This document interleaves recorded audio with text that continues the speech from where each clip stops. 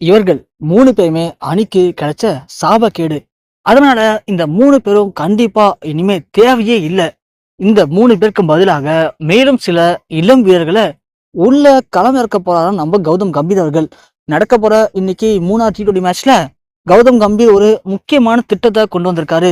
இது நடக்குமா நடக்காதா அப்படிங்கிற மாதிரி ரசிகர்கள் எல்லாருமே உச்சக்கட்ட அதிர்ச்சியில் இருக்காங்க. என்ன காரணம் அப்படின்னா, இந்தியாவுக்கும் தென்னாப்பிரிக்காவுக்குமான 3ஆவது T20 மேட்ச் இன்னைக்கு நடக்க போகுது.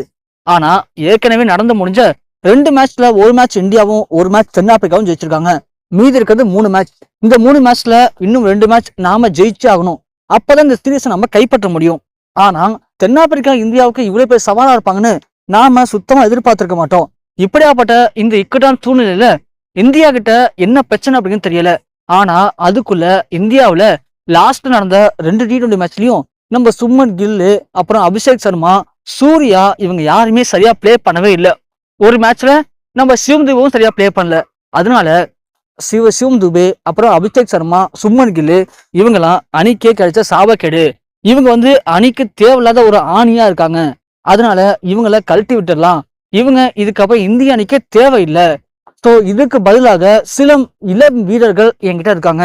நான் அவங்களுக்கு வாய்ப்பு தரான்னு இருக்கேன் அப்படின்னு கௌதம் கம்பீர் முடிவு எடுத்திருக்காராம். அப்படி கௌதம் கம்பீர் சொல்ற முடிவை ஏத்துக்கிட்டு பிசிசிஐ அவருக்கு சப்போர்ட் பண்ண ஆரம்பிச்சிருக்காங்க. ஆனா இந்த இடத்துல நம்ம தல தோனி களமிறங்கி ஒரு சில தகவல்களை பகிர்ந்திருக்காரு. அதாவது அவர் என்ன சொல்லியிருக்காரு அப்படின்னா, சோ இருக்கிற வீரர்களை வச்சுக்கிட்டு விளையாட கத்துக்கோங்க.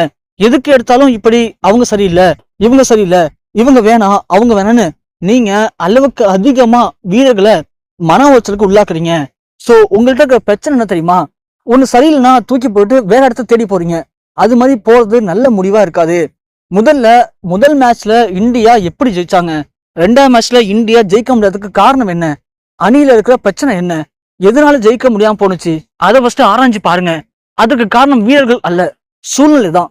ஒரு சூழ்நிலை தான் ஒரு டீமை ஜெயிக்க வைக்கிறதுக்கும் தோக்க வைக்கிறதுக்கும் காரணமா அமையுது. அதனால இந்தியா ஜெயிக்கிறதுக்கு தேவை சூழ்நிலை என்ன, அணியில என்ன பிரச்சனைங்கிறத பாருங்க. பார்த்துட்டு அந்த பிரச்சனைய சரி பண்ணாலே இந்தியாவை ஜெயிக்க வைக்க முடியும். அதை விட்டுட்டு சாதாரண ஒரு சின்ன பிரச்சனைக்காக இந்த வீரர்கள் 2 மேட்ச சரியா விளையாடலன்னு சொல்லி அவங்களுக்கு பதிலாக வேறு சில இளம் வீரர்களை உள்ள கொண்டு வந்தீங்க அப்படின்னா, அந்த இளம் வீரர்கள் பதட்டத்தோட மேட்ச ரொம்ப ரொம்ப நாசனம் பண்ணிடுவாங்க. ஒரு அணியில எதற்காக சில சீனியர் வீரர்கள் நம்ம கூட வச்சுக்கிறோம் அப்படின்னா, அந்த அணி சில இக்கட்டான சூழ்நிலை இருக்கும்போது பதட்டப்படாம அந்த சீனியர் வீரர்கள் அந்த மேட்ச நிதானமா கொண்டு போக முடியும். அவங்களால மட்டும்தான் அதை சரி பண்ண முடியும். இளம் வீரர்களுக்கு எந்த ஒரு அனுபவமும் இருக்காது.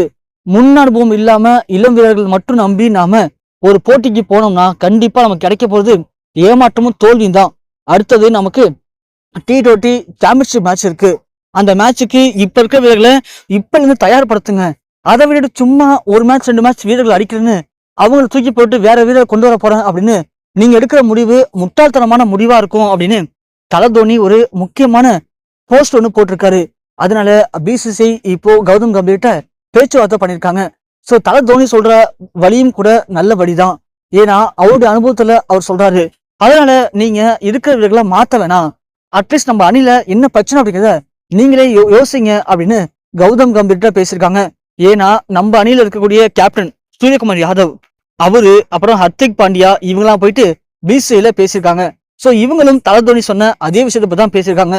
அதனாலதான் பிசிசிஐ இப்போ கொஞ்சம் தெவிசாச்சு இவங்க சொல்றதை கேட்டு அதற்கு சப்போர்ட் பண்ணி கௌதம் கம்பீருக்கு அகைன்ஸ்டா பேசியிருக்காங்க. அதாவது கௌதம் கம்பீருக்கு அகைன்ஸ்டா பேசல, உண்மை என்னங்கிறத பிசிசிஐ ஓரளவுக்கு புரிஞ்சுக்கிட்டு கௌதம் கம்பீருக்கு எடுத்து சொல்லியிருக்காங்க.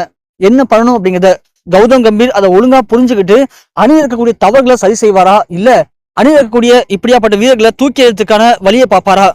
கம்பீர் சொல்ற மாதிரி அந்த 3 வீரர்களும் இந்திய அணிக்கு தேவையில்லாத ஆணிகளா இருக்காங்களா, இல்ல இந்திய அணியில இருக்கிற பிரச்சனை சரி செஞ்சு இந்திய அணியை மேம்படுத்துறதுக்கு போறாரா? என்ன பண்ணா கரெக்டா இருக்கும்? உங்களுடைய கருத்து என்ன அப்படிங்கிறத கீழே மறக்காம கமெண்ட் செக்ஷன்ல பதிவு பண்ணுங்க.